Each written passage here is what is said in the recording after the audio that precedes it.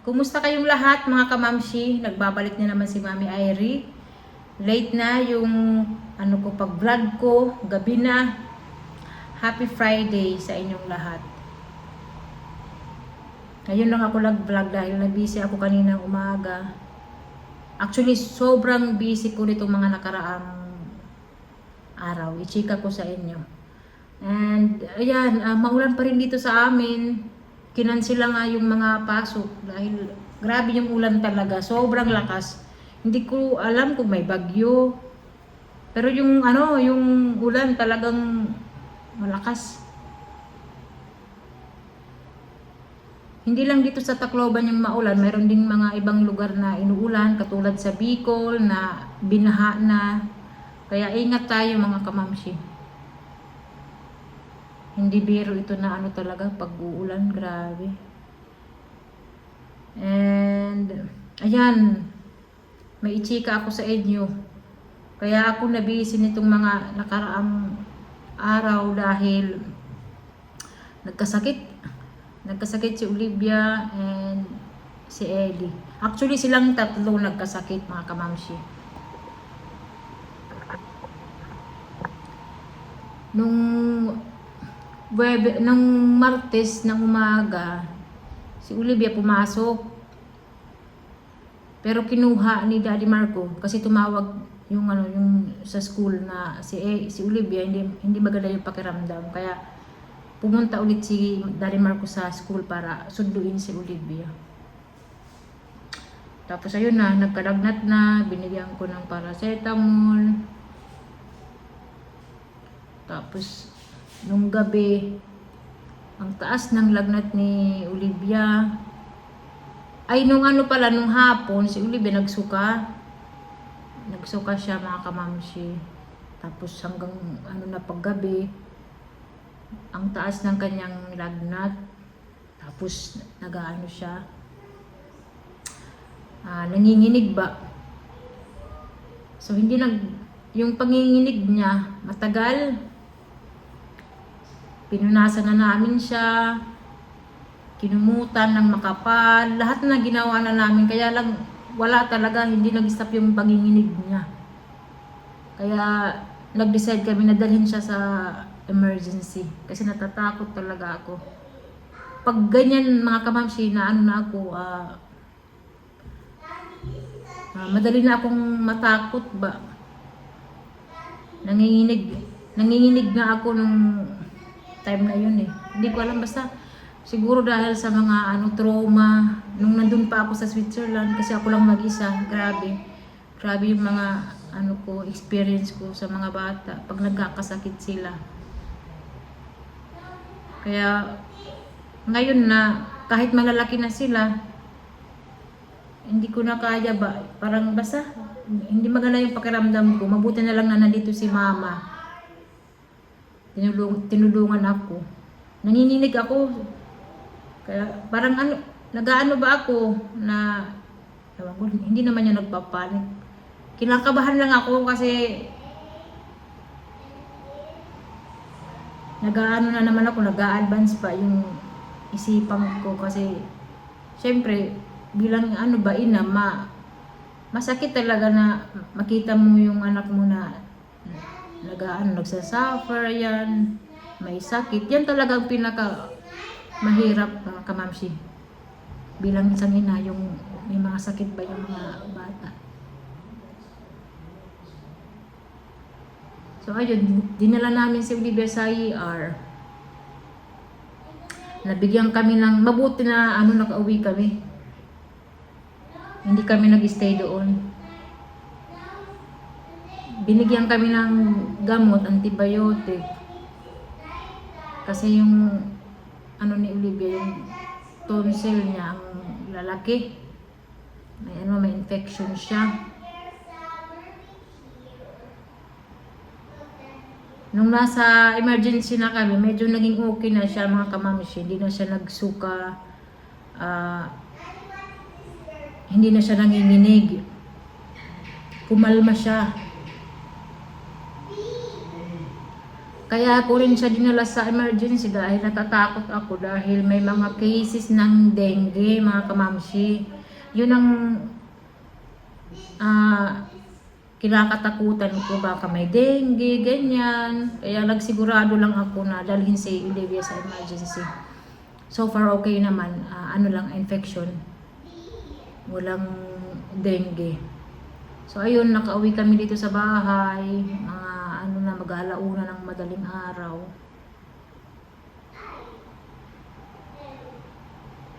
Tapos pagka kinabukasan naman, si Ellie naman nilagnat.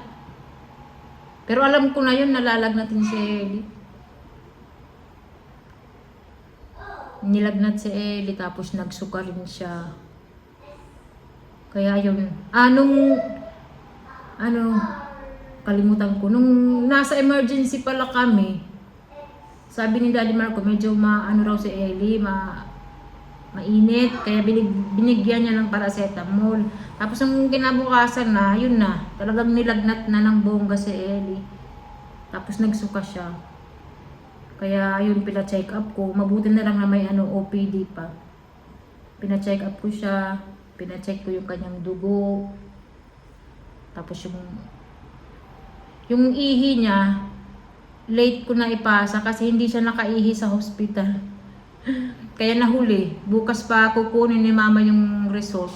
Pero yung sa niya, blood test, yung CBC ba yun? May infection siya. Dito rin, mga kamamsi, yung sa throat niya. Malalaki. Kaya silang dalawa, nag-antibiotic si Olivia at saka si Ellie. Actually, yung unang nagkasakit si Jamie. Pero si Jamie, nagkasakit siya Huwebes ng gabi. Nanginginig din si Jamie. Tapos nagrereklamo din siya sa sa throat niya, ganyan. Pero nung linggo, naging okay na siya hanggang ngayon. Pero dinala ko pa rin si Jamie sa doktor kahapon. Pina-check ko yung dugo niya, yung ihi niya. Kung may mga infection, ganyan. Pero yung result, bukas din. Bukas pa makukuha ni mama. Naninigurado lang ako, mga kamamsi, kasi mahirap talaga na magkasakit yung mga anak natin ba. Sobrang hirap. Kaya ngayon naman, medyo hindi naman maganda yung pakiramdam ko. Ayun yung bata. Hindi maganda yung pakiramdam ko. Kulang sa tulog, tapos yung siyempre, yung ma-stress ka, mag-iisip ka, ganun.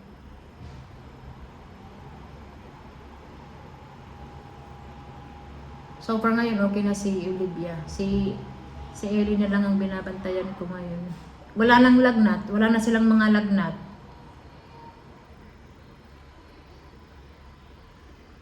Ang kinakatakutan ko lang naman nun yung dengue. Kasi sa school nila, may mga lamok daw. Sabi ni Jamie at Olivia, nagrereklamo sila. Matagal na, sabi nila, Mami, malamok daw. Doon sa may toilet ata, doon sa may swimming pool, malamok.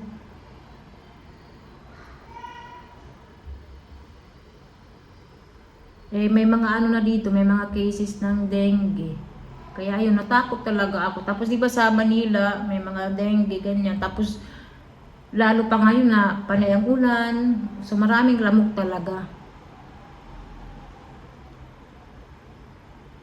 Ang daming ngayon, may mga sakit. Hindi lang bata. Kaya nga ako nung nararamdaman ko na maano yung throat ko, nag-gargle na ako, ganyan. Dahil ayaw ko rin na magkasakit ako. Si Daddy Marco naman, mayroon din siyang nararamdaman, pero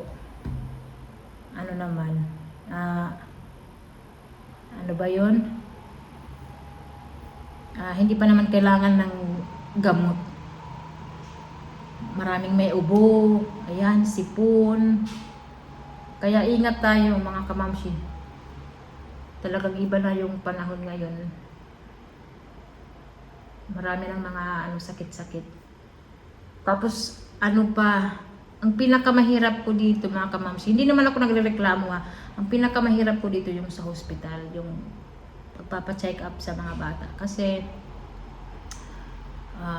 okay lang naman yung maraming pasyente, okay lang naman yan. Kaya lang ang problema is yung toilet. Yan ang pinakaayaw ko sa hospital, yung toilet na hindi malinis. Kahit private pa yan, yung toilet talaga hindi maganda.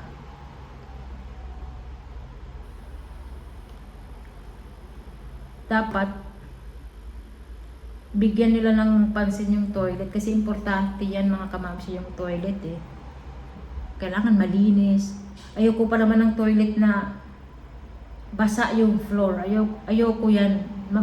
Basta madumi ba? Lalo na pag may kasama kang bata, iihi yung mga bata. Talagang nai-stress ako talaga.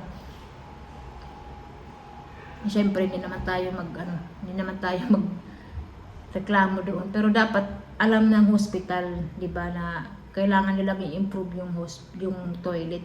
Si Daddy Marco hindi yan sumasama.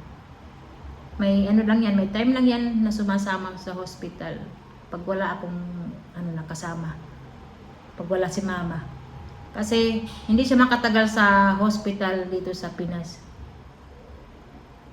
Hindi siya makatagal. Yun ang problema namin, pero wala na kaming magagawa kasi nandito na kami sa Pinas. Yun lang ang problema. Okay naman yung mga check up. Yung isa pa yung sa laboratory. Yung pag-check ng urinalysis, ganyan. Yung sa dugo, ang tagal. 3 to 4 hours yung aantayin. Kaya nadi-delay mga kamamsi. Mag-aantay ka pa.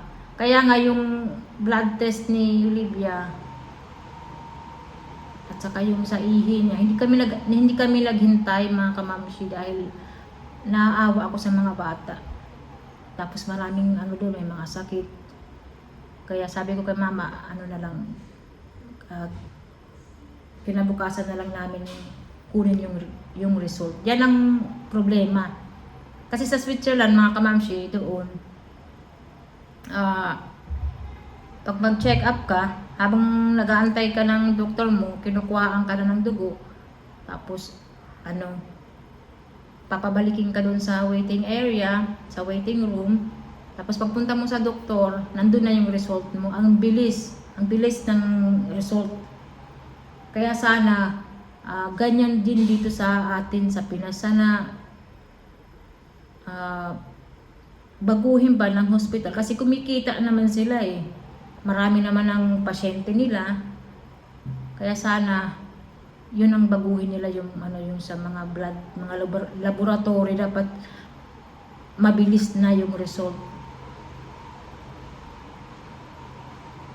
Siguro naman sila niyan, makakabili ng kung ano yung ginagamit diyan, machine ba or para hindi na pabalik-balik ang pasyente.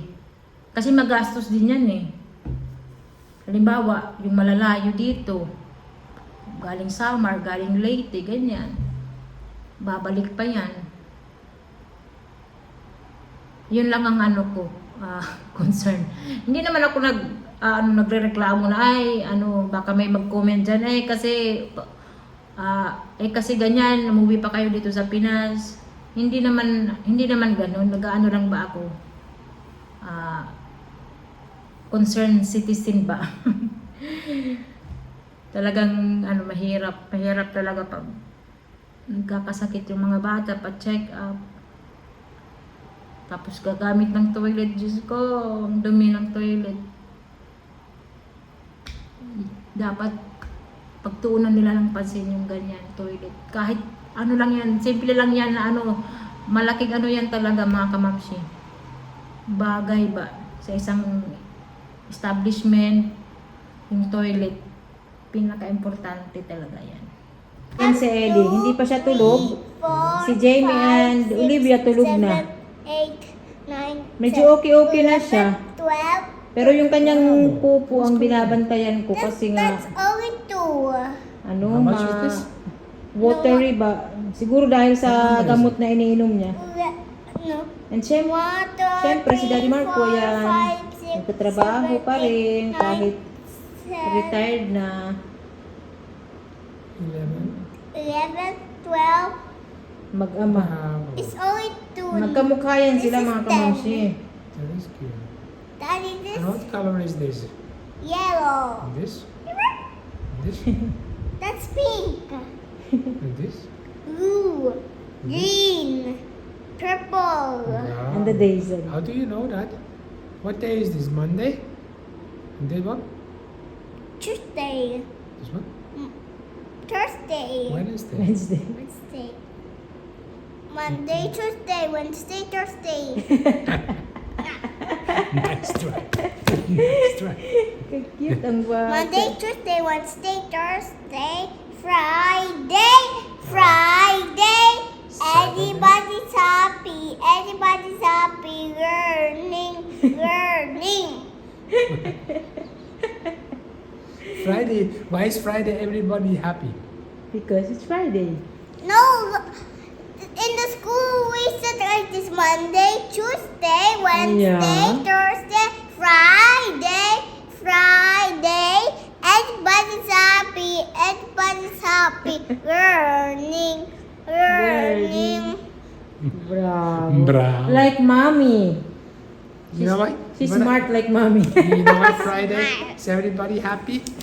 Because there's Saturday and Sunday there's no school. And there's no work. And that's why. She's clever like mommy. She is clever, yeah. Like mommy ano daddy? Of course, like mommy. what else? Nice try. Like daddy. Daddy, look! I can make the shoes. Okay. Make the shoes. Daddy, can you That's the help? shoelace. Come on. I have to Can you help me to do the shoes? Who give this to you, Ellie? Look at do it for you. Who give that to you? No, that's mine. Oh, who give that to you? That's not a present. Oy? That Hey, is look. that is Like from this. Lola Josie. And then like this. And then like this. That's from Lola Josie. Lula Chosi. Not like that. Yes, like that. Wrong, Of course, like Daddy. that. Wrong, daddy. Wrong, daddy. Wrong. That's wrong. Say thank you, Lola Josie. Thank you, Lula Chosi. Oh, that's from Lola Josie, baby. Love you, Lula Chosi. Daddy, look. This how to make. Galing pa to kay Ma'am Josie. Oh, dala-dala namin pati dito sa Pinas. Watch this. Okay.